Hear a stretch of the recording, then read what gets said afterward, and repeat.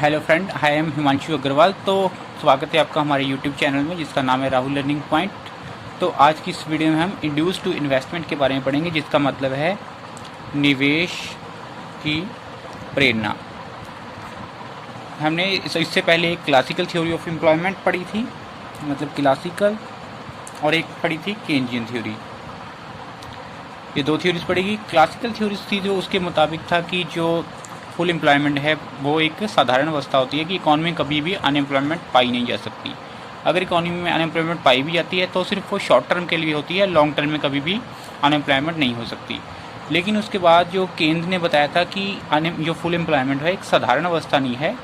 जो एम्प्लॉयमेंट का जो निर्धारण होता है वो कहाँ पे होता है? Affective demand. उसने इफेक्टिव डिमांड का कंसेप्ट किया था। इफेक्टिव डिमांड क्या होती है? जहाँ पे हमारी एग्रीगेट डिमांड और एग्रीगेट सप्लाई आपस में बराबर हो जाती है। जहाँ पे एग्रीगेट सप्लाई और एग्रीगेट डिमांड बराबर हो जाती है उसको हम इफेक्टिव डिमांड बोलते हैं, और वहीं पे हमारा लेवल ऑफ एम्प्लॉयमेंट निर्धारण होता है। और वहाँ पे फुल एम्प्लॉयमेंट हो ना हो ये कोई ज़रूरी नहीं है। उस पर अंडर एम्प्लॉयमेंट भी हो सकता है, फुल भी हो सकता है, और ओवर एम्प्लॉयमेंट भी हो सकता है। तो इसके लिए इफेक्टिव डिमांड क्या है हमने बताई थी, कहाँ पे निर्धारण होता है। ये हमने एक कर्व बनाई थी हमारी, यहाँ पे ये कट कर रहे हैं, ये हमारी इफेक्टिव डिमांड है, और यहाँ पे एम्प्लॉयमेंट का निर्धारण हो रहा है, ये हमारा निर्धारण हो रहा है। और ज़रूरी नहीं है कि यहाँ पे फुल एम्प्लॉयमेंट हो। फुल एम्प्लॉयमेंट थोड़ा इस तरह बना लेते हैं, यहाँ पे बना लेते हैं इसको, ये हमारा हो रहा है, और ये रोज़गार का निर्धारण हो रहा है हमारा एन। अब हमें इसका ये नहीं पता कि यहाँ पे फुल एम्प्लॉयमेंट है नहीं। अब हम मान लेते हैं कि यहाँ पे फुल एम्प्लॉयमेंट है N1 पे, तो जितने इतने लोग हैं जो वो तो बेरोज़गार हैं, उनको काम नहीं मिला, तो फुल एम्प्लॉयमेंट कैसे होगा? लेकिन इक्विलिब्रियम पॉइंट हमारा यही है जहाँ पे हमारी एग्रीगेट डिमांड और एग्रीगेट सप्लाई आपस में बराबर हैं। और यहाँ पे अगर हमारा एम्प्लॉयमेंट चाहिए तो यहाँ पे हमारा क्या होना चाहिए? यहाँ पे वो इक्विलिब्रियम होना चाहिए। लेकिन इसके लिए क्या चाहिए? हमें एग्रीगेट डिमांड को बढ़ाना पड़ेगा। और एग्रीगेट डिमांड कैसे बढ़ेगी ये हम देखते हैं। और केन्स ने कहा है कि अगर हमने फुल एम्प्लॉयमेंट तक जाना है तो हमें एग्रीगेट डिमांड को बढ़ाना पड़ेगा। हम एग्रीगेट डिमांड की क्या होती है? एग्रीगेट डिमांड में होता है, एक तो होती है कंजम्पशन और एक होती है इन्वेस्टमेंट। कंजम्पशन और इन्वेस्टमेंट को मिलाकर बनता है एग्रीगेट डिमांड। तो हमें एग्रीगेट डिमांड कैसे बढ़ सकती है? जहाँ तो हम कंजम्पशन को बढ़ा दें और जहाँ फिर इन्वेस्टमेंट को बढ़ा दें। सबसे पहले कंजम्पशन है जो वो कैसे बढ़ेगा? उसके लिए बढ़ने के लिए काफ़ी लंबा टाइम चाहिए। तब बढ़ेगी जब तो एक तो मतलब मान लीजिए कि पॉपुलेशन बढ़ती है, पॉपुलेशन बढ़ेगी, और दूसरा है जो मान लीजिए उनकी टेस्ट में चेंज आ जाए, लोगों के टेस्ट में चेंज आया। इसके लिए तो काफ़ी लंबा टाइम चाहिए। लेकिन जो केन्जियन थ्योरी है वो तो एक शॉर्ट टर्म थ्योरी है। केन्स ने कहा था कि लॉन्ग टर्म में तो हम मर जाते हैं, इसलिए इसको मतलब कंजम्पशन को बढ़ाना तो मुश्किल है, इसको छोड़ देते हैं। तो नेक्स्ट हमारे पास रह गया इन्वेस्टमेंट। इन्वेस्टमेंट को कैसे बढ़ा सकते हैं? इन्वेस्टमेंट तो बढ़ाया जा सकता है। अब जो केन्स ने कहा है कि इन्वेस्टमेंट है वो 2 फैक्टर पर निर्भर करता है।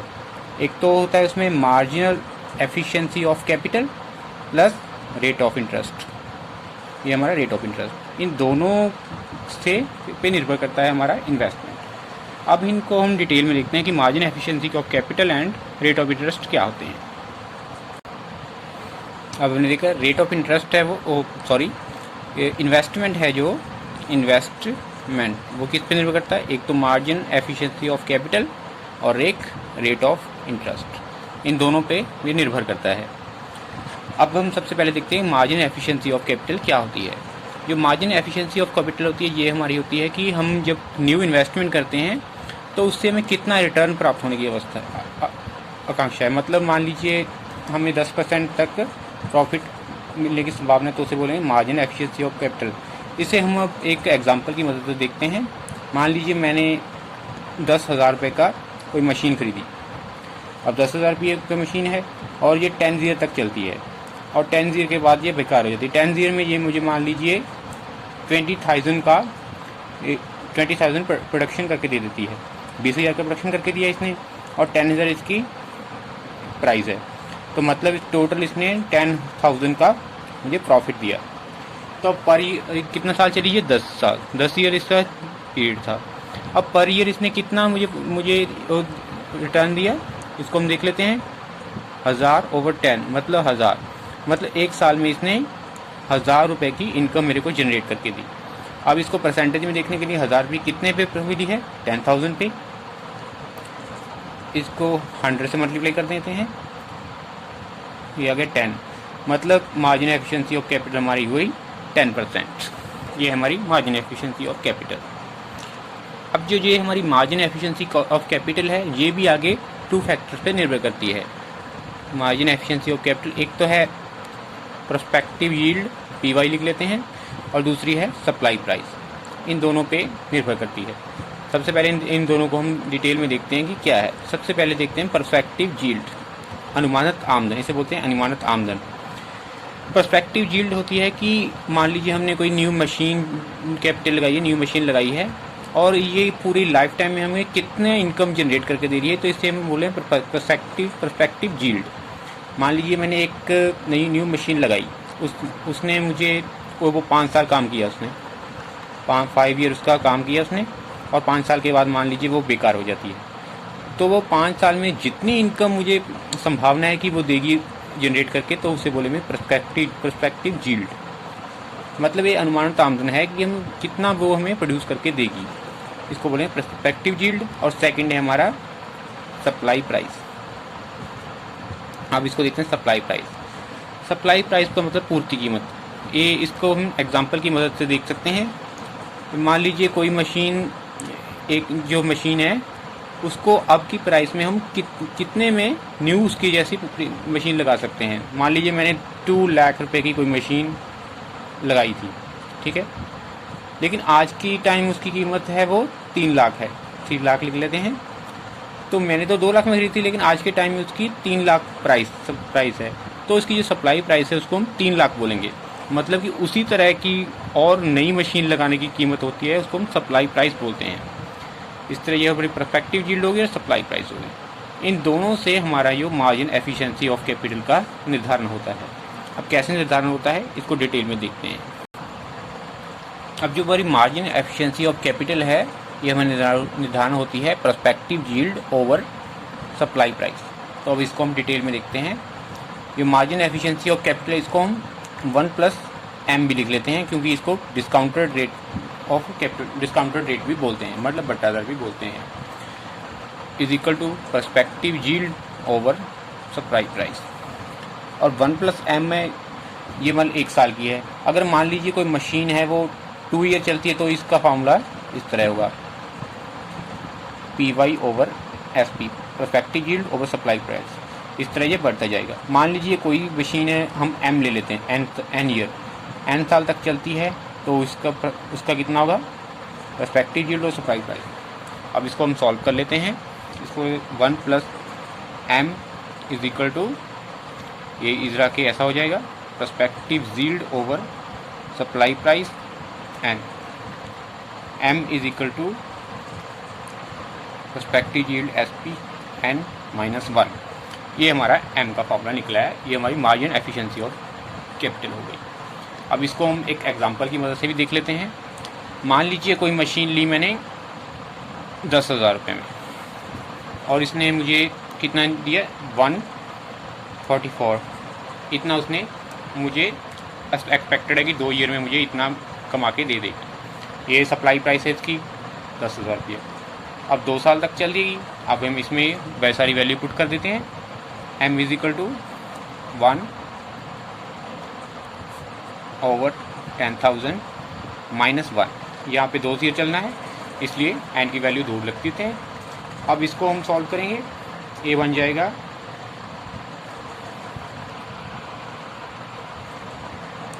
120/10² √2 -1, ठीक है।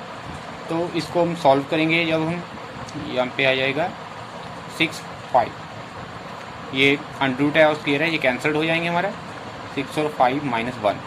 इसको सॉल्व करेंगे अब हम, 5, 6 -5 एलसीएम ले लेंगे, 1/5। ये हमारा 1/5 आ गया।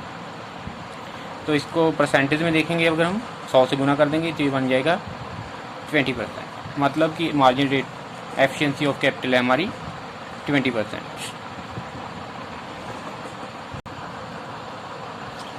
अब जो मार्जिन एफिशिएंसी ऑफ कैपिटल है, ये इसका है, ये हमेशा डिमिनिशिंग होती है, मतलब घटती जाती है। ये क्यों घटती जाती है, इसके हम कारण देखते हैं।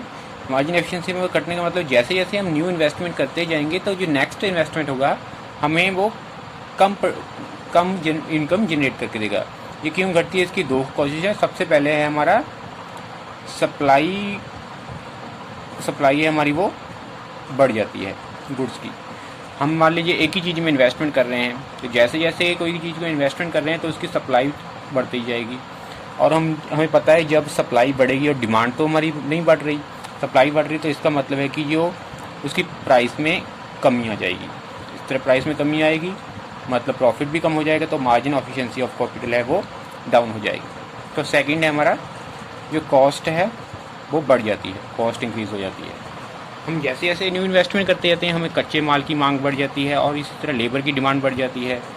जब उसकी डिमांड बढ़ेगी तो उसकी कॉस्ट भी बढ़ेगी, क्योंकि लेबर की डिमांड बढ़ेगी तो लेबर वेज रेट बढ़ा देगी, और कच्चा माल जो है उसकी मांग बढ़ रही है तो उसकी भी कीमत बढ़ जाएगी।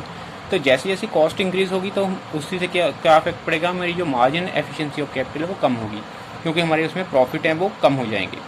इस तरह हमारी सप्लाई बढ़ने से इसमें तो कीमत कम हुई थी तब प्रॉफिट कम हुए, और इससे कॉस्ट बढ़ी है तब भी प्रॉफिट कम हो रहे हैं। तो जैसे जैसे हम न्यू इन्वेस्टमेंट करते जाएंगे तो हमारी जो प्रॉफिट है वो कम होते जाएगा। इस तरह मार्जिन एफिशिएंसी ऑफ कैपिटल है वो डाउन होती जाती है। और हमारा दूसरा जो फैक्टर है वो है rate of interest. Rate of interest के हमारा जो है वो कम हो, इन्वेस्टमेंट के साथ वो इन्वर्स रिलेशनशिप है। जब रेट ऑफ इंटरेस्ट कम होता है तो इन्वेस्टमेंट बढ़ जाता है, और जैसे जैसे रेट ऑफ इंटरेस्ट बढ़ता जाता है इन्वेस्टमेंट में कमी आ जाती है। और जो मार्जिन एफिशिएंसी ऑफ कैपिटल है उसमें वो डायरेक्ट रिलेशनशिप है। जैसे जैसे मार्जिन एफिशिएंसी ऑफ कैपिटल बढ़ेगी हमारा जो इन्वेस्टमेंट है बढ़ेगा, मतलब कि रेट ऑफ इंटरेस्ट के साथ तो इन्वर्स रिलेशनशिप है और मार्जिन एफिशिएंसी ऑफ कैपिटल उसके साथ हमारा डायरेक्ट रिलेशनशिप है। तो इन्वेस्टमेंट का जो निर्धारण होगा वो दोनों जहाँ पे आपस में बराबर हो जाएंगे वहाँ पे इन्वेस्टमेंट होगा। जैसे मान लीजिए दिखाते हैं हम आपको, इधर हमारा दिखा रहे हैं हम, ये मार्जिन एफिशिएंसी ऑफ कैपिटल इस साइड ले ले रहे हैं हम, यहाँ पे 10, 9, 8, क्योंकि ये जैसे जैसे इन्वेस्टमेंट करते जाएंगे ये कम होती जाएगी। और इधर है हमारा रेट ऑफ इंटरेस्ट, इधर ले लेते 8, 9, 10, यहाँ पे दोनों बराबर हो रहे हैं तो यहाँ पे हमारा इन्वेस्टमेंट का निर्धारण हो जाएगा, ये इन्वेस्टमेंट फंक्शन कहलाएगा। तो ये थी वीडियो हमारी इंड्यूसमेंट टू इन्वेस्ट के ऊपर। अगर आपको ये वीडियो हमारी अच्छी लगी तो लाइक करें और चैनल को सब्सक्राइब कर दें, और साथ ही साथ इसको अपने फ्रेंड्स के साथ शेयर भी कर लीजिए। तो thanks for watching. Next video में फिर मिलते हैं। Bye bye.